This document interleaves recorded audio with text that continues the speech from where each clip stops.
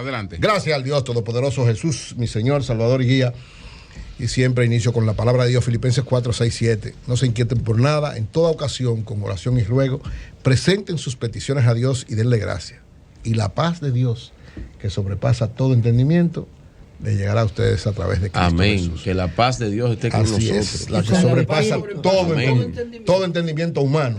Cuando se habla del entendimiento, porque la paz completa, verdadera y justa es la paz que nos da Jesús a cada uno de nosotros. La Mira, carita de la luz.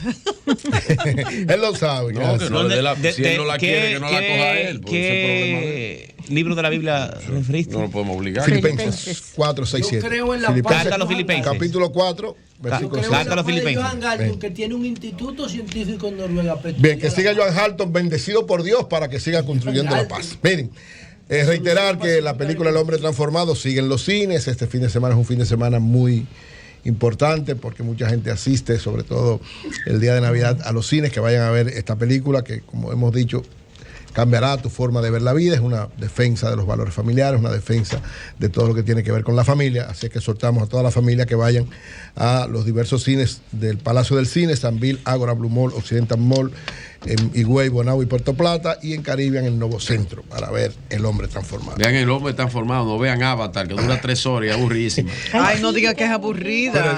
Es buenísima. Vean El Hombre Transformado. 3 horas es mucho, sí. No, es larga, pero es buena y con un mensaje muy positivo. Miren, Virgilio, no boicotea esa Mañana voy a película. recomendar 5 películas para incluye El Hombre Transformado, voy a verla. Mire, el Fondo Monetario Internacional y el Banco Mundial han hecho 2 informes previendo lo que va a acontecer el año 2023.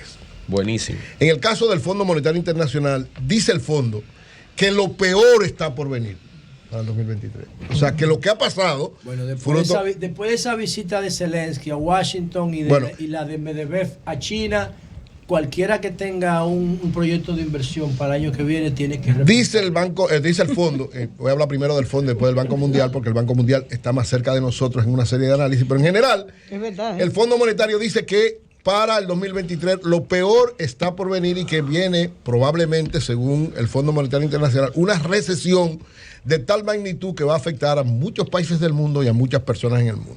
Parten ellos de que de las expectativas de crecimiento y de crecimiento de las diversas economías. Las 3 principales economías del mundo van a crecer muy poco o algunas a decrecer. En el caso de la economía mundial en sentido general, el fondo prevé que crecerá alrededor de un 2% nada más. Para la zona euro, o sea, todo lo que tiene que ver con Europa, 0.5% solamente. Estados Unidos escasamente un 1%. Y China, que tradicionalmente ha tenido un crecimiento histórico, pero después de la pandemia ha sido muy afectado, solamente un 4.4%. Y en el caso de América Latina, no va a alcanzar ni siquiera un 2%, 1.7% prevé el Fondo Monetario Internacional el crecimiento para el 2023 y prevé situaciones sumamente complicadas y difíciles. El Banco Mundial, en esa misma orientación, dice también que hay un riesgo de recesión mundial en el 2023. Que va a afectar a todas las economías, sobre todo a las economías que están en perspectivas de desarrollo, como son los países que tienen que ver con América Latina. ¿Qué acontece? ¿Qué dice el Banco Mundial? El Banco Mundial dice, por ejemplo, miren, lo que ha acontecido después de la pandemia es que todos los bancos mundiales del mundo, de manera prácticamente al unísono, todos han subido la tasa de interés. 2 aspectos importantes que han caracterizado la economía de prácticamente el mundo y en especial de los países en desarrollo. Aumento de las tasas de interés por parte de sus bancos centrales y, en el caso de países como el nuestro, un aumento de los niveles de endeudamiento como una forma de compensar lo que aconteció post-pandemia. Dice el Banco Mundial, ¿qué va a pasar con eso? El presidente del Banco Mundial, el señor David Malpass, dice, este crecimiento abrupto que hubo, el crecimiento mundial que hubo antes de la pandemia, se está desacelerando de manera abrupta. Y es probable que se produzca una mayor desaceleración que lleve a una recesión mundial. O sea, el presidente del Banco Mundial dice que probablemente en el 2023 haya una recesión mundial. Para lograr tasas de inflación baja, estabilidad monetaria y un crecimiento más rápido, los responsables de formular políticas podrían trasladar el foco de atención de la reducción del consumo hacia el aumento de la producción. Esa es la clave, dice él, que debe hacerse, pero que lógicamente está eso presionado por el aumento de las tasas de interés. ¿Qué dice el Banco Mundial? Es lo que recomienda, que se reduzca un poco el consumo, pero que se aumente la producción y el comercio mundial, pero que esto está seriamente afectado por las subidas que van a seguir, dice tanto el Banco Mundial como el Fondo, las subidas de tasa de interés de los bancos mundiales, de los bancos centrales de los países, va a continuar porque es una forma de enfrentar la inflación y de mantener la economía más o menos estable. Ahora, ¿cuál es la experiencia histórica? El Banco Mundial hace una evaluación de lo que han sido las crisis más importantes y en una que tiene que ver directamente con América Latina es, digamos, previsoria de lo que podía acontecer. ¿Qué dice el Banco Mundial? Dice, hay varias crisis pasadas. Hubo una crisis en 1970, grave, mundial, y una crisis en los años 80, en el 82. De la recesión mundial del 82, dice que precisamente hubo una, de repente, anterior había un crecimiento bastante importante, empezó a bajar de manera significativa, empezaron a aumentar las tasas de interés y dice que ahí vino lo que se llamó, y todos lo conocemos como la década perdida.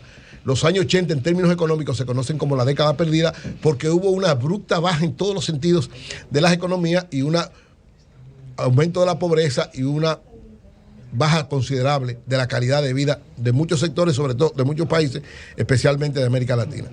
Prevé el Banco Mundial, aunque no lo dice de manera concreta y específica, que si las cosas siguen como van y no hay alguna situación especial, podría darse esa recesión y podría llegarse a algo parecido a lo de esta década perdida de los años 80.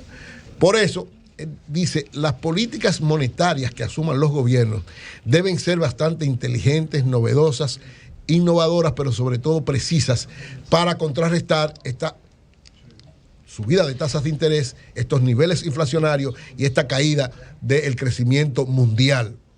El mundo va a decrecer y las 4 principales economías del mundo van a decrecer. ¿Cuáles son las medidas?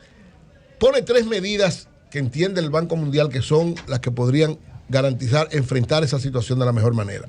La primera, reducir las limitaciones del mercado laboral. ¿Qué significa esto?